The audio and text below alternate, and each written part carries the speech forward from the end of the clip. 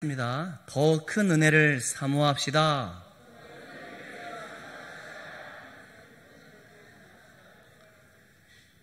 일부 때 안 해가지고 서운한 분들이 있더라고요. 썰렁했다고 해가지고 한 번 더 해보겠습니다. 저를 보면서 돈 내봐. 다시 한번 돈 내봐.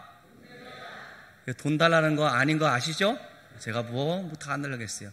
돈 내봐가 네팔 말로 감사합니다 라고 박준은 집사님이 가르쳐 주셨어요.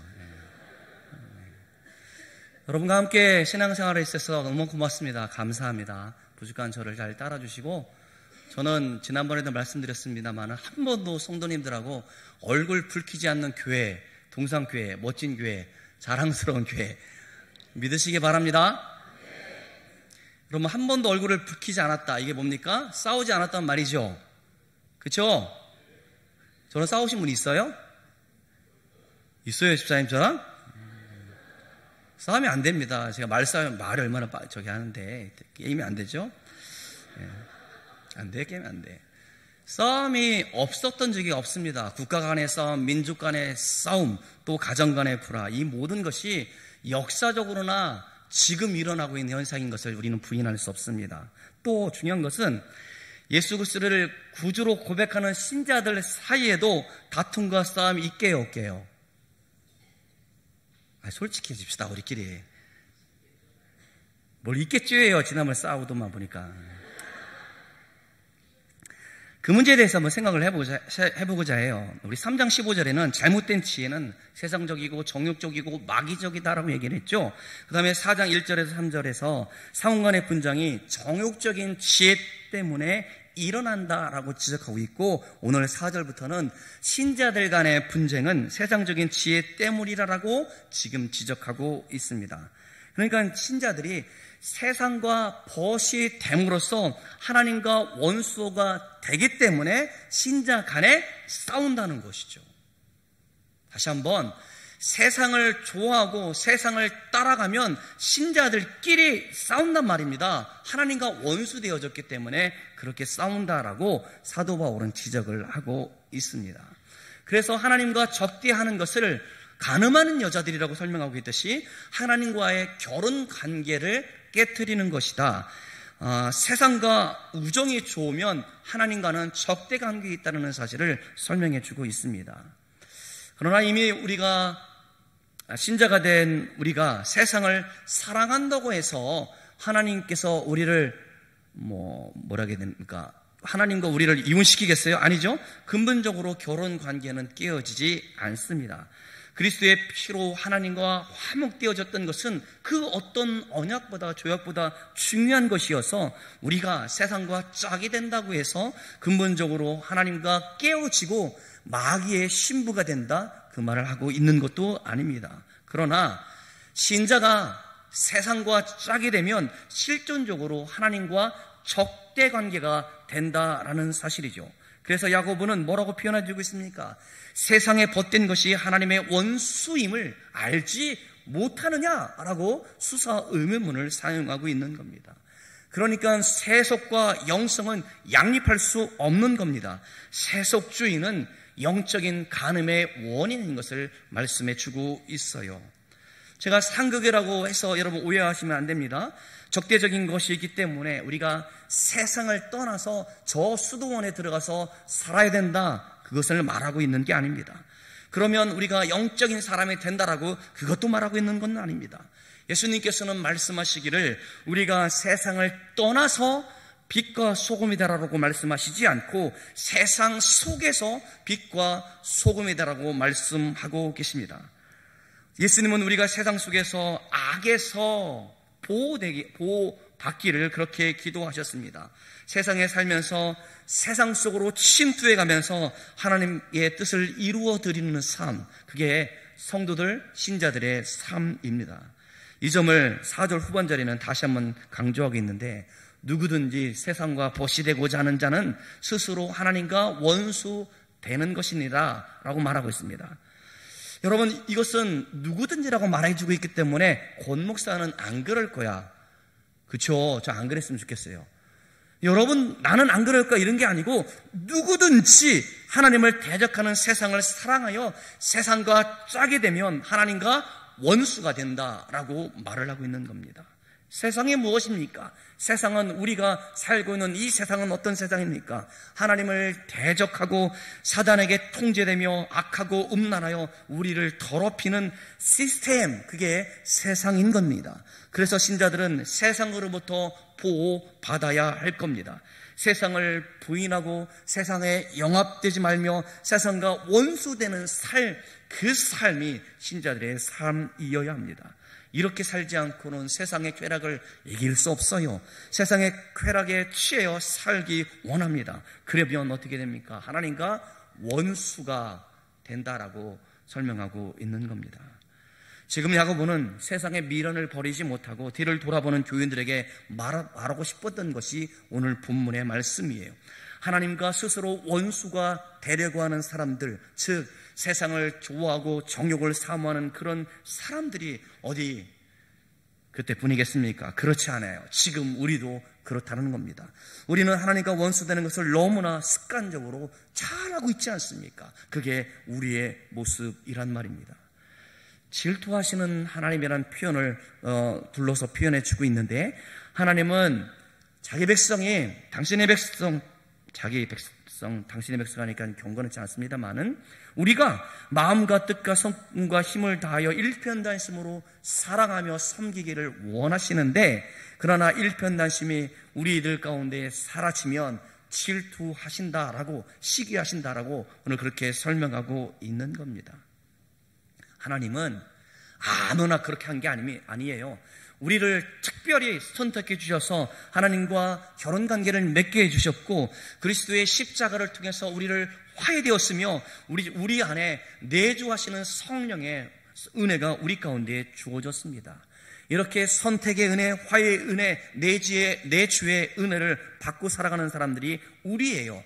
이러한 은혜를 받은 사람들이 우리 안에 거하시는 성령은 거룩한 질투심으로 우리를 사모하시는 분으로 설명해 주고 있다는 겁니다. 그러니까 하나님께서는 이렇게 질투하시고 사모하실 정도로 우리와 가깝게 지내기를 원하시는데, 우리가 이런 하나님을 버리고 세상과 짝하면 되겠습니까? 라고 지금 사도 바울이 야고보가 그렇게 이야기를 하고 있는 겁니다. 오늘 야고보서의 핵심이 이겁니다. 세상을 떠나서 나와 친하자, 나랑 사귀자, 나랑 행복하자, 나랑 화목하자, 이런 말씀을 하고 있는 겁니다. 그런데 여러분, 문제가 뭔지 압니까? 하나님과 원수가 되면 우리가 하나님의 말씀을 싫어해요. 하나님의 말씀은 귀에 안 남습니다. 마음에 새기지도 않습니다. 하나님의 말씀은 하나님의 뜻을 보여주고 있음에도 불구하고 세상을 사랑하여 하나님과 원수된 사람은 하나님의 말씀 전혀 신경 쓰지 않는다는 말입니다. 세상을 사모함으로 하나님의 말씀은 아무것도 아닌 것으로 여기고 있고, 또 스스로 조롱의 대상이 되어버리는 경우에 빠지게 됩니다. 우리가 세상과 친구 된다는 것이 하나님과 원수되고 하나님의 말씀을 무익하게 만든다는 사실, 하나님과 원수되는 것은 하나님의 말씀을 무익하게 만든다는 사실, 소중하게 여기지 않습니다. 버립니다. 마음에 새기지 않습니다. 다투는 것, 싸움의 문제를 안고서는 여러분, 교회가 절대로 성장할 수 없다는 사실을 여러분 기억하십시오. 가정도 마찬가지입니다. 화목할 수 없습니다. 그렇다면 우리는 이 다툼의 문제를 어떻게 해결할 수 있을까? 그것이 오늘 6절부터 10절에 해결하는 방법에 대해서 설명해 주고 있습니다. 결론은 그것입니다. 마귀를 대적하고 하나님을 가까이 하라라고 야고보 말씀해 주고 있어요. 한번 따라해 보겠습니다. 마귀를 대적하고 하나님을 가까이 하라. 여기서 묻겠습니다. 마귀를 대적하는 게 중요합니까? 하나님을 가까이 하는 게 더 중요합니까? 마귀를 대적하는 것은 굉장히 소극적인 일이에요. 여러분, 우리가 힘들지만 마귀와 싸우고 마귀가 원하는 시스템대로 살지 않고 하나님의 말씀대로 살고자 부단히 하는 이것이 비록 힘들지만 굉장히 소극적으로 설명해 주고 있어요. 대신에 우리로 하여금 하나님을 가까이 하라라고 지금 말씀해 주고 있는 겁니다. 마귀는 정욕과 세상을 통해서 신자들을 하나님으로부터 멀어지게 합니다. 야고보는 신자들이 소극적으로 이런 마귀를 대적함으로 정욕과 세상에서 극복하기를 원하고 있고, 적극적으로는 회개와 겸손을 통해서 하나님을 가까이 하라고 말씀해 주고 있는 겁니다. 하나님께 순복함으로 세상과 정욕을 극복할 수 있고 신자들 간의 분쟁도 해결할 수 있다라고 설명해 주고 있는 겁니다. 저는 여러분, 새벽 기도에 대해서 우리가 매일 새벽 기도해야 됩니다만은, 오늘 고난 당하신 주님을 묵상하면서 우리를 얼마나 사랑하시는지, 우리를 위한 그 고난이 나를 위한 것임을 깨닫고 회개하는 시간들이 저는 고난주간 새벽 기도라 생각이 되어져요. 여러분들 지금 마음을 굳건히 하셨으면 좋겠어요. 저는 종료주일 설교를 물론 아이들도 하고 청년들도 했습니다만은, 어른들을 대상으로 설교할 때 부담이 뭔지 압니까? 그 다음 새벽 기도가 있기 때문에 그래요. 종료주일 설교를 얼마나 하나님의 뜻에 합당하게 하는 애에 따라서 성도들이 새벽 기도에 많이 나온다라고 저는 스스로 생각하고 있기 때문에 굉장히 부담스러운 말씀을 전했습니다. 오죽 부담스러웠으면 서로 인사도 안 했잖아요. 그죠? 제가 부담스러워서 그래요. 그런데 여러분, 하나님의 은혜를 사모하는 사람은 우리가 고난 주간을 통해서 하나님께서 나를 얼마나 사랑하시는지, 우리 주님께서 우리를 위해서 어떠한 은혜를 베풀어 주는지 깨달으면 깨달을수록 우리가 회개하게 되어지고 겸손하게 되어지고 하나님의 은혜를 사모하는 심령으로 되기 때문에 우리가 기도할 때 우리 가운데 은혜가 주어짐을 믿으시기 바랍니다. 여러분, 성례를 가벼이 여기면 안 됩니다. 성찬을 가벼이 여기면 안 됩니다. 성찬에 참여할 때 하나님께서 은혜를 주신다라고 한다면 우리가 기도할 때에도 여러분들 가운데 은혜를 주신다는 그런 믿음이 여러분 가운데 있기를 축원합니다. 은혜의 각도에서 보면 신자들에게 선택의 은혜, 화목의 은혜, 내주의 은혜를 주시면서 6절에 뭐라고 말씀해 주고 있습니까? 더욱 큰 은혜를 사모하라라고 말씀해 주고 있어요. 우리 다 같이 6절을 같이 읽어보도록 하겠습니다. 6절 시작. 그러나 더욱 큰 은혜를 주시나니 그러므로 일러스되 하나님의 교만한 자를 물리치시고 겸손한 자에게 은혜를 주신다 하였느니라. 아멘. 선택과 화목과 뇌주의 은혜를 주셨음에도 불구하고 우리의 죄성이 정욕과 세상을 향하여 불일 듯하는 가능성이 있기 때문에 우리는 어떻게 더욱 큰 은혜를 사모하라라고 야고보 사도는 권면하고 있는 겁니다. 그런데 더욱 큰 은혜를 사모하는 방법이 무엇입니까? 회개하며 겸손해지는 것, 그것을 통해서 우리가 하나님과 가까워질 수 있다라고 말씀해 주고 있습니다. 7절에서 10절은 회개와 겸손과 순복을 통해서 하나님과 가까워져라라고 그렇게 설명하고 있습니다. 여러분, 하나님께서는 우리에게 은혜를 주시는 분입니다. 값없이 우리에게 은혜를 베풀어 주셨습니다. 그런 우리를 은혜를 누리며 살아가는 사람들입니다만은 우리 편에도 책임이 따른다는 사실을 여러분 잊지 말았으면 좋겠어요. 하나님의 은혜로 우리는 편히 쉬어도 되고 아무것도 안 해도 되고 가만히 있으면 승리하는 것이 아니라 우리는 더욱더 많은 은혜의 길을, 더 많은 순종과 더 많은 겸손으로 통해서 걸어가야 함을, 그 책임이 우리 안에 있음을 말씀해 주고 있는 겁니다. 하나님께서 더 큰 은혜를 주시지만 아무에게나 주시지 않아요. 교만하지 않고 겸손한 사람 가운데 주신다라는 말입니다. 그러기에 기도해야 돼요.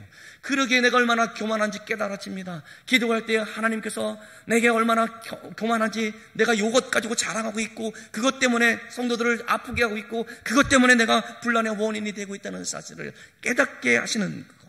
그래서 우리는 기도해야 한다는 말입니다.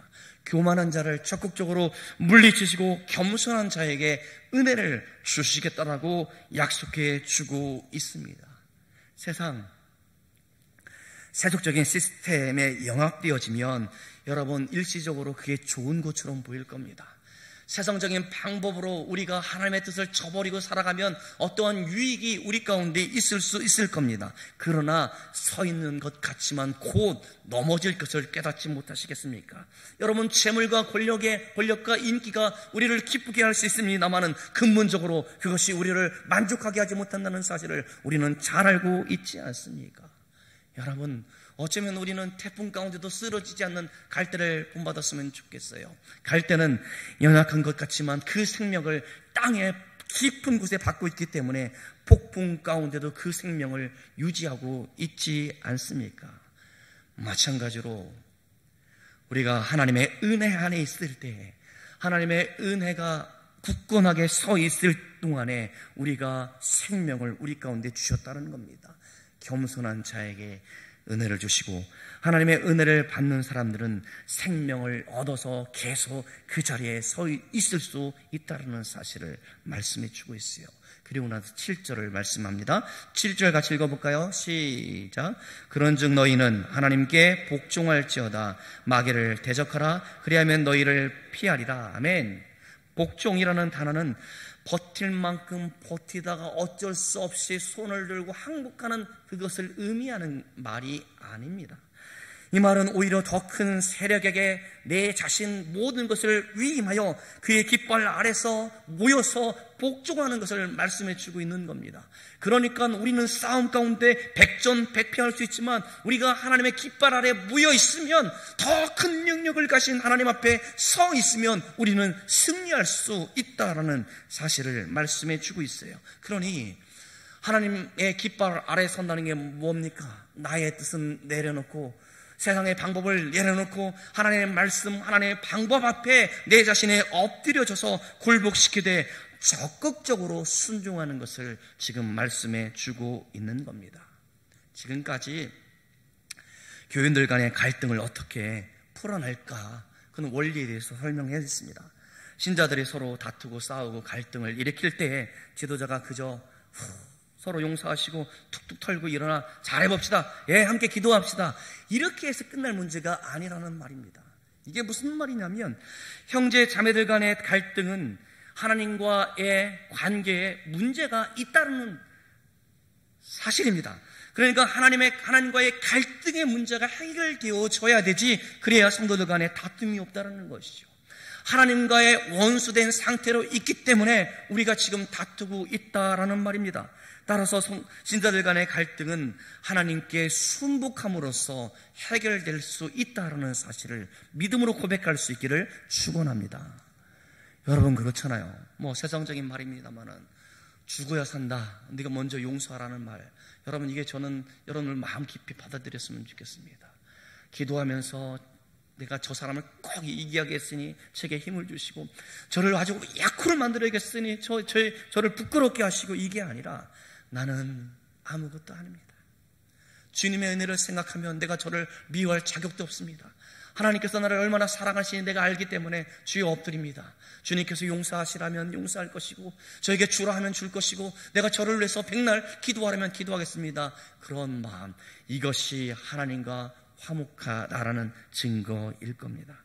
하나님께 복종하는 그것, 하나님의 종의 위치에 들어가는 그것만이 우리가 화목하고 신자들 간의 다툼을 이겨낼 수 있다는 말입니다. 종, 제가 어릴 때 집안일을 도와주는 아저씨가 있습니다. 예전에는 하인이라 그랬겠죠. 이렇게 집사 역할을 하시며 돌아본 분들이 있었는데, 그 딸애가 저랑 친구였습니다. 제 마음이 얼마나 교만했든지 제가 그 친구를, 여자애를 얼마나 무시하고 내가 얼마나 괴롭혔는지 그 생각하면 너무 미안한 마음이 있어요. 이름도 생각이 안 납니다만은 우리 집에서 일하는 아저씨의 딸이기 때문에 무시했던 그 마음이 얼마나 교만했는지 모릅니다.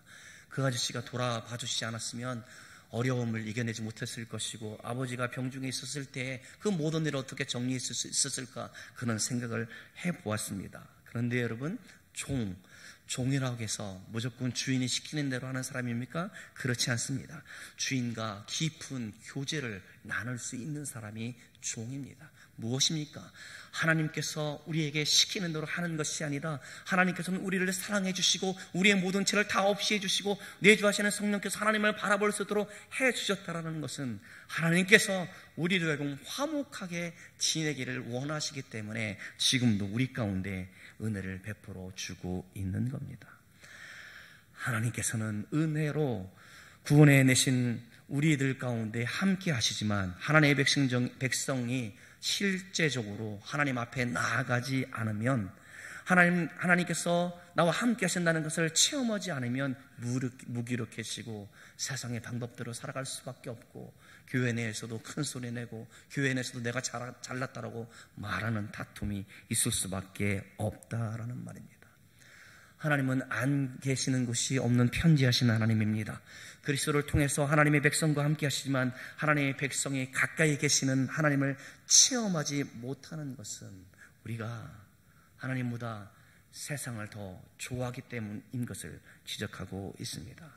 그래서 야고보 사도는 마귀를 대적하고 하나님을 가까이 하라라고 그렇게 촉구한 다음에 8절을 권면하고 있습니다. 8절 같이 읽어보도록 하겠습니다. 8절 시작.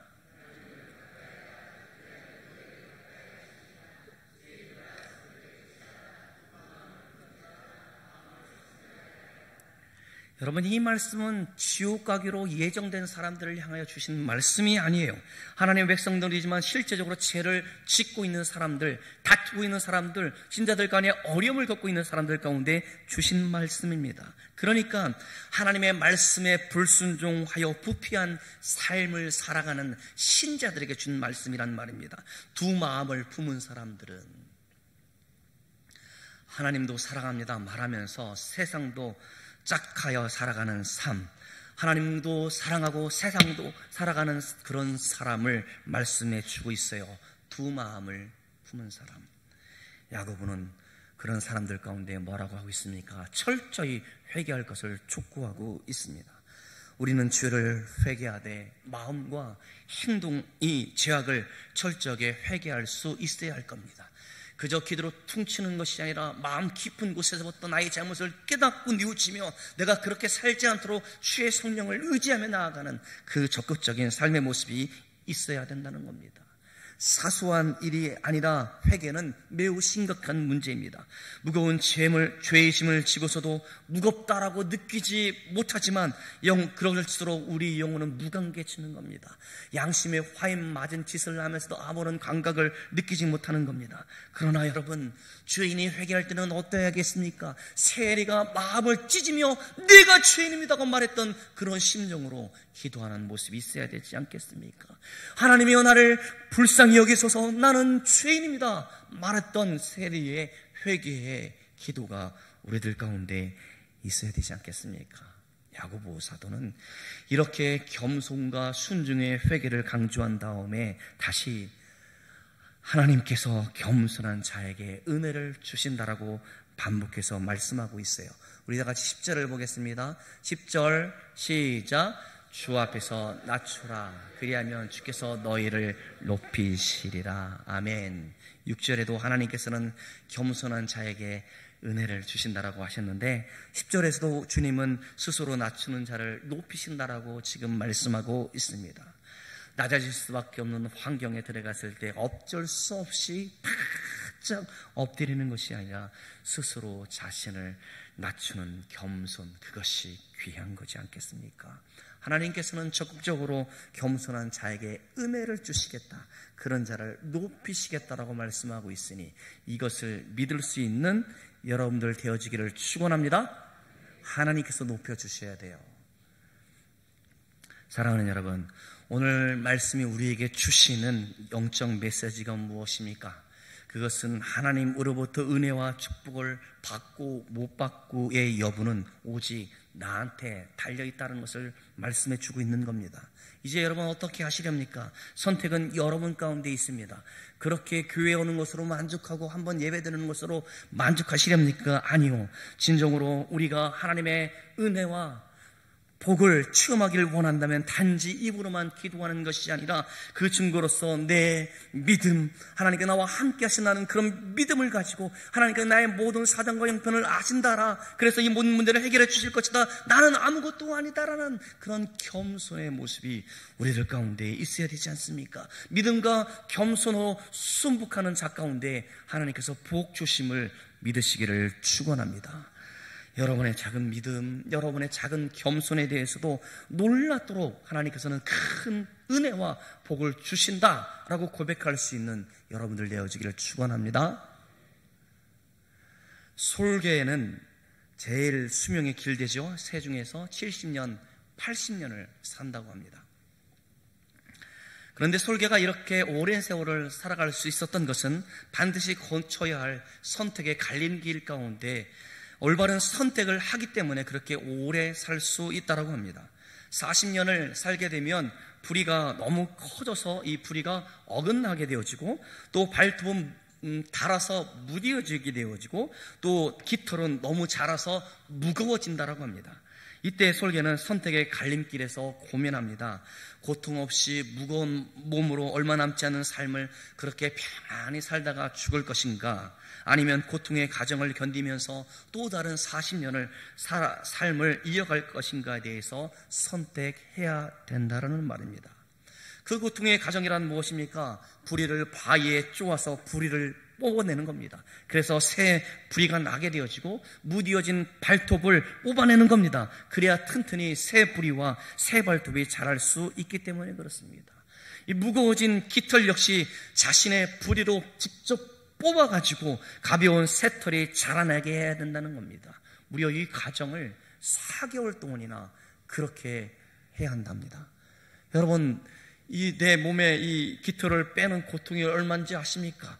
여러분, 부리를 바위에 부딪히는 그 고통을 여러분 이해할 수 있습니까? 여러분, 이 발톱을 빼는 이런 아픔의 시간들을 여러분 이해할 수 있습니까? 무려 4개월 동안이나 큰 고통의 시간을 보낸 다음에 지금까지 살아왔던 것만큼 40년 동안이나 또 다른 삶을 살아간다라고 말을 합니다. 여러분, 솔개처럼 여러분의 삶 가운데 올바른 선택을 하실 수 있기를 축원합니다. 우리에게 올바른 선택이란 무엇입니까? 하나님을 믿고 온전히 하나님을 따라가는 것 외에 어떤 것을 설명할 수 없어요. 올바르지 않는 선택, 세상의 방법을 의지하는 것이 아니라 하나님의 말씀에 순종하며 내가 겸손히 주님을 따라가는 그것 외에 다른 방법이 없다라는 말입니다. 신자들 가운데의 다툼도 이와 같습니다. 내가 죽어야 교회가 삽니다. 내가 겸손해야 저 성도를 세울 수 있습니다. 기다려줄 수 있는 인내가 우리 교회를 든든히 세워갈 수 있을 겁니다. 여러분을 보면 참 멋있어요. 해피데이를 통해서 여러분들이 저력이 있다는 사실을 능히 알고 있고, 여러분들이 몸된 교회를 위해서, 하나님의 영광을 위해서, 복음을 위해서 여러분의 몸을 던질 준비가 되어져 있다는 사실을 봤습니다. 여러분, 그 가운데 머물러 있지 마시고요, 직접 던지십시오. 직접 일어나십시오. 또 주님 앞에 나는 할 수 없으나 주께서 나와 함께 하시니 힘과 능력을 주시기에 나는 하겠습니다, 이렇게 고백하며 나아갈 때 하나님께서 우리 가운데 은혜를 베풀어 주지 않습니까? 그것이 더욱 큰 은혜라고 야고보 사도가 설명하고 있으니 그 은혜를 사모하시는 저와 여러분들 되어지기를 축원합니다. 여러분, 고맙습니다. 부목사가 되면 한번 교회를 나올 때 마음이 많이 아파요. 왜냐하면 다시는 그 교회 갈 수 없잖아요. 그렇죠? 근데 담임 목사로 간다고 생각하니까 여러분들 저 불러주실 거죠? 그죠? 좋은 일 있으면 여러분들 좋은 소식 전해줄 거고, 그죠? 안 그러기만 해봐라 그냥. 여러분, 저는 이렇게 말합니다만은 우리가 반드시 만날 날이 있습니다. 그것은 그리스도의 심판 때입니다. 뱀 앞에 다 서게 되어집니다. 그래서 믿지 않는 사람들도 부활하여 그들은 영벌을 받게 되어지고 영원한 죽음을 맞이하지만 우리는 그 안에서 영원한 생명을 맛보고 우리의 몸이 신령한 몸으로 영원한 몸이 되어져서 우리 영혼과 육체가 완전한 구원 가운데 이르러 주님의 나라에서 주님과 함께 영원히 살 소망을 갖는 사람들입니다. 바라기는 저나 여러분이나 그곳에서 꼭 만났으면 좋겠습니다. 그때까지 우리에게 맡겨진 사명을 위해서 전심전력했으면 좋겠어요. 여러분, 힘 닿는 때까지 여기 어르신들이 많이 있으면 죄송해요. 이제껏 평생을 그렇게 헌신했는데 더 요구를 합니다. 여러분, 생명에 다하는 그날까지 더 헌신해 주십시오. 복음을 전하는 데 있어서 자녀들에게 말씀을 전하는 데 있어서 포기하지 말고 계속 전하십시오. 그게 우리가 이 땅 가운데 살아갈 이유입니다. 우스갯소리 한번 합시다. 저는 누가 그러기를 지지리도 복도 없다 그럽니다. 교회를 옮길 때마다 한 번도 쉰 적이 없어요. 그래서 이번 주 여기서 마치면 그 다음 주 가서 또 그와 같은 일을 하고 있어요. 담임 목사가 되면 한 달 정도 좀 쉬고 좀 재충전한 다음에 가야겠다 생각을 했는데 목사님이 안 계세요. 그러니까 성도들이 지금 이 시간에도 지금 제 영상 설교를 틀고 예배를 드리고 있어요. 놀라운 것은 영상 설교를 들으면서도 성도들이 얼마나 아멘을 크게 하는지 모릅니다. 제가 한 얘기가 아니고 장로님이 하신 얘기예요. 뭘 말하고 싶냐면 저는 너무 마음이 편한 게 사실은 제 고향이에요. 고향이고 제가 고등학교 때 다녔던 교회 옆에 교회입니다. 그래서 내가 이 교회 옆에 있는 교회를 다녔습니다 그랬더니 그것 때문에 이제 플러스 알파가 됐습니다. 그 목사님한테 배웠으면 확실하다, 그런 말씀을 들었고, 또 제가 여러 지역에 있었습니다만은 역시 내 고향은 충청도라네. 여러분, 이게 고향 사람들 말하면요 굉장히 편안해요. 얼마나 편안한지 모릅니다. 말씀하시면 그냥 모든 게 은혜예요. 그냥 땡깁니다. 이게 모든 게 용서가 되고요. 아유, 그렇게 말하는데 뭐 이뻐 안 할 수가 없습니다.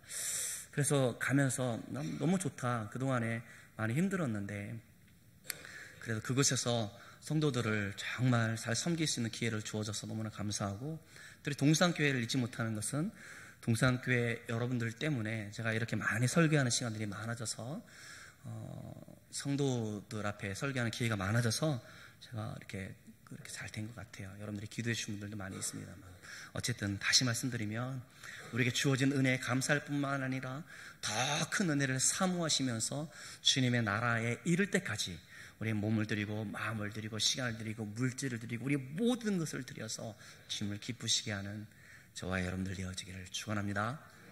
기도합시다. 하나님 아버지, 우리에게 은혜를 베풀어 주시고 선택해 주시고 화목의 은혜를 베풀어 주시고 성령께서 내주하는 은혜를 베풀어 주셔서 우리가 믿음의 길에 서 있게 하심을 진실로 감사합니다. 혹간에 하나님, 우리가 머물러 있다라고 한다면 다시 한번 다름질하게 도와주시옵시고, 하나님의 영광 가운데 하나님이 임하면 됐다라는 그 마음도 내려놓고 오직 내 힘이 닿는 데까지 하나님께서 나를 사용하시는 그 시간까지 하나님 쓰임받기를 원하여 더 큰 은혜를 사모하는 심령들 다 될 수 있도록 우리를 붙들어 주옵소서. 우리 교회가 평안하기를 원합니다. 분쟁이 없기를 원합니다. 서로 사랑하기를 원합니다. 하나님, 무엇보다 하나님과 화목하여 하나님을 기쁘시게 하는 삶이 모든 문제가 해결되어지는 그런 복이 우리 가운데 주어질 수 있도록 주님 역사하여 주옵소서. 하나님, 행했던 모든 잘못된 일을 감춰주시옵시고 오직 하나님을 향하여 열심으로 달려가고 헌신하고자 했던 그 마음만 가지고 바라보고 하나님을 서로 기도하며 하나님의 나라에 이룰 수 있는 우리 모두가 될 수 있도록 주께서 붙들어 주옵소서. 혹한 하나님, 우리 하나님 나라에서 아버지 하나님이시여 이탈되어지거나 하나님 나라에서 만나지 못하는 그러한 잘못된 길에 빠지지 않도록 우리를 굳건히 붙들어 주시옵시고 우리를 선택하신 그 은혜에 늘 항상 확실히 거하여 하나님을 배우는 저희들 다 될 수 있도록 주께서 붙들어 주시옵소서. 감사드렸고 사랑이 많으신 예수님의 이름으로 기도드리옵나이다. 아멘. 우리 다 같이 일어나서 298장